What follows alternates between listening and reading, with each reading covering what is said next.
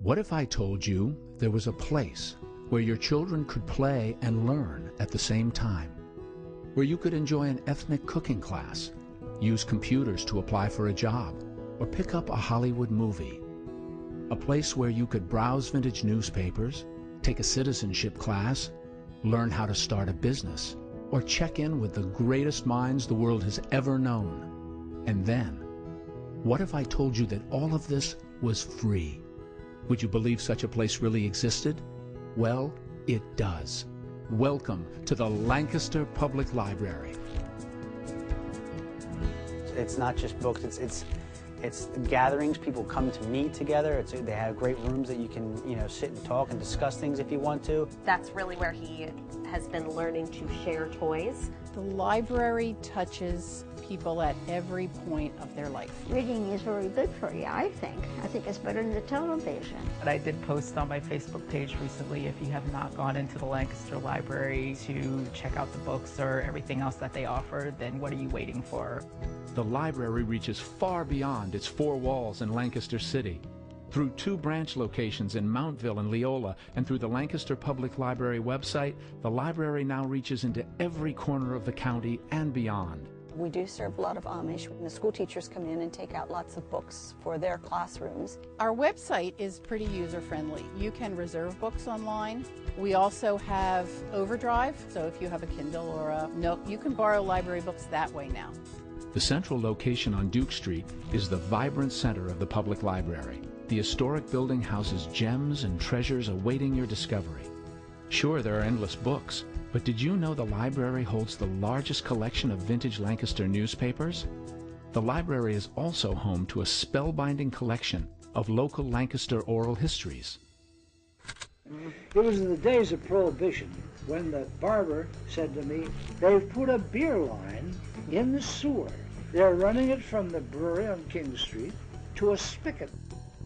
Well, not all libraries have oral history collections, and it's a big deal that we have one. Right now, we just have 1 or 2 tapes that are digitized. We would really love to be able to digitize the whole collection. And no trip to the library is complete without visiting the Lancaster collection in the Gerald Lest Reading Room, a designated quiet space in the bustling building.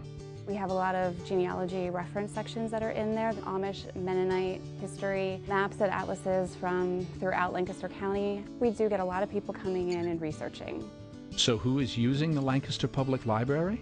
We try to make it a habit to come down at least once a week. Of course, we see the movies. The kids like to look at what the new movies are. And then we head upstairs to the kids area and pretty much let them roam free, and they come back with handfuls of books. We come in and we head right for the circle. For us, it's been a good opportunity to get the kids around other kids. Well, it's not about learning, it's about playing. I didn't have a privilege to go to school. I just finished 8th grade. My daughter decided that she'd bring me some books from the library to see if I'd enjoy it. So I really only started to read about 4 years ago. Thinking about starting your own business? Countless ideas started right here with the help of our knowledgeable staff in the Duke Street Business Center. Always had a calling to run my own business. Most recently, I came in to get some information about press releases. I know nothing about the press, so I had to teach myself how to do that. And I thought, okay, well, the library knows everything. There's been several people that have told me that they would like to begin their own business as well, and one of the first things I say to them is, go to the library, go to the Duke Street Business Center. The Lancaster Public Library is not a government entity, but rather a nonprofit organization that must raise more than 60% of its funding through donations from our community each year.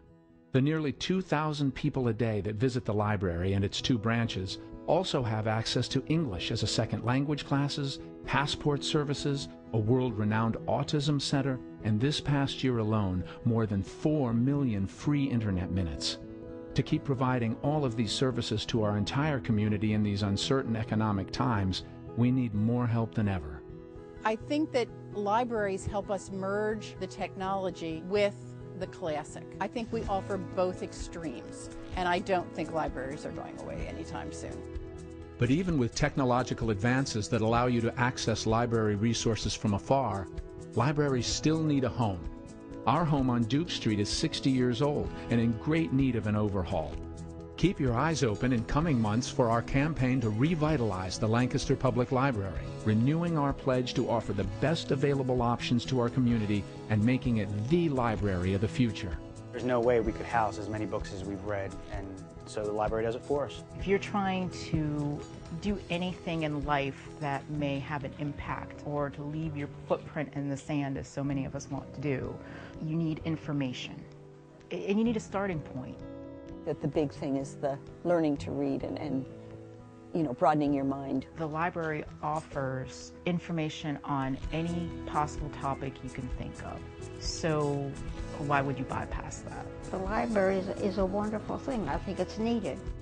So go ahead, bring your family, enjoy the library, expand your horizons, and then please continue to support the library and help us to make sure it's here for all future generations. A fun thing to do, not just on a rainy day, but any day. The Lancaster Public Library, here for you.